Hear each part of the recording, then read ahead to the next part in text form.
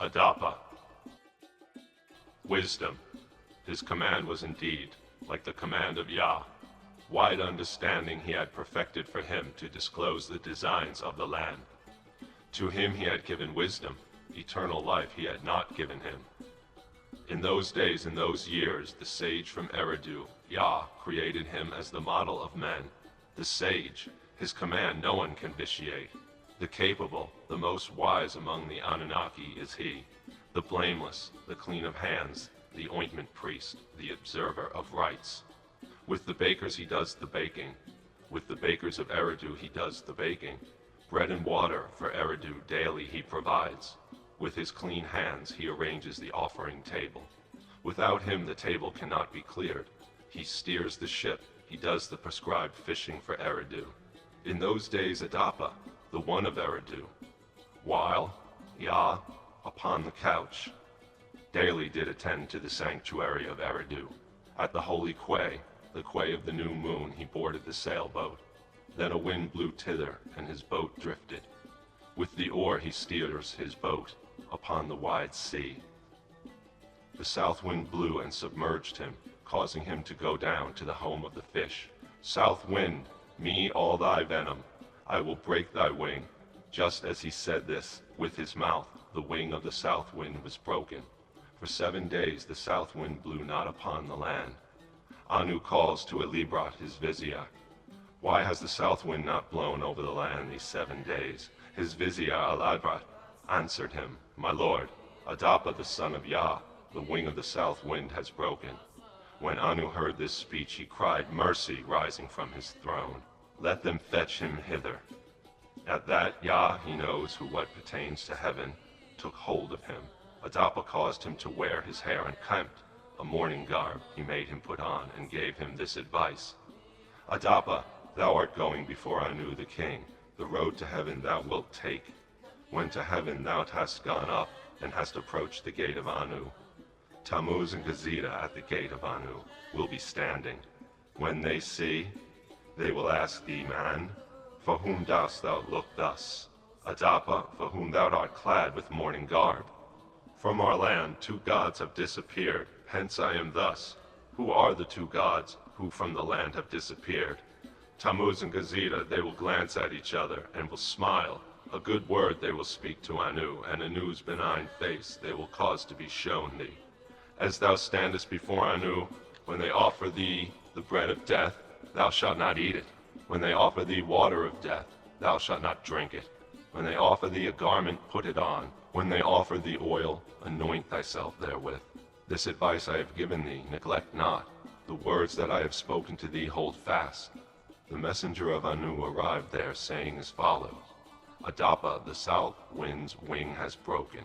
Bring him before me. He made him take the road to heaven, and to heaven he went up. When he ascended to heaven and approached the gate of Anu, Tammuz and Gazeta was standing at the gate of Anu. When they saw Adapa, they cried, Mercy, man, for whom dost thou look thus? Adapa, for whom thou art clad with mourning garb. 2 gods have disappeared from the land, therefore, with mourning garb I am clad.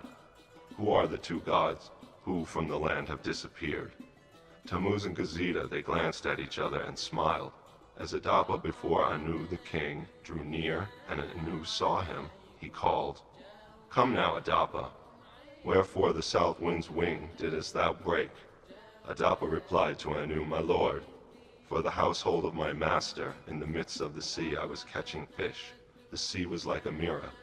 But the south wind came blowing and submerged me, causing me to go down to the home of the fish.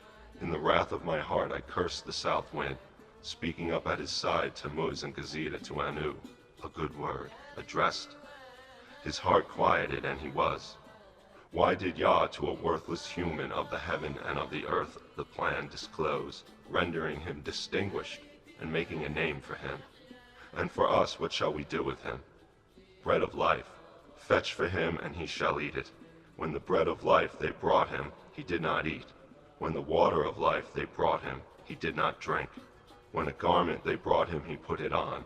When oil they brought him, he anointed himself therewith. As Anu looked at him, he laughed at him. Come now, Adapa, why did thou neither eat nor drink? Thou shalt not have eternal life. Ah, perverse mankind! Yah my master commanded me, thou shalt not eat, thou shalt not drink. Take him away, and return him to his earth. When Anu heard this, in the wrath of his heart, he dispatches a messenger, who knows the heart of the great gods, that he, to reach of Yah, the king, he discussed the matter to Yah, the king. The wise, who knows the heart of the great gods, heaven, unkempt hair he caused him to wear, and clad him with a mourning garb. He gave him advice, saying to him these words, Adapa, thou art going before Anu the king. Neglect not my advice, my words hold fast. When thou hast gone up to heaven, and thou hast approached the gate of Anu, Tammuz and Gazita will be standing at the gate of Anu. Oil he commanded for him, and he anointed himself. A garment he commanded for him, and he was clothed. Anu laughed aloud at the doing of Yah, saying, Of the gods of heaven and earth, as many as there be, whoever gave such a command, so as to make his own command exceed the command of Anu. As Adapa from the horizon of heaven to the zenith of heaven cast a glance, he saw its awesomeness. Then Anu imposed on Adapa. For the city of Yah he decreed release. His priesthood, to glorify the future, he decreed a destiny. As for Adapa, the human offspring, who, lord-like, broke the south wind's wing, went up to heaven, and so forth. What ill he has brought upon mankind, and the disease that he has brought upon the bodies of men. These Ninkarak will ally. Let malady be lifted, let disease turn aside. Upon this, let horror fall. Let him in sweet sleep not lie down. Joy of human hearts.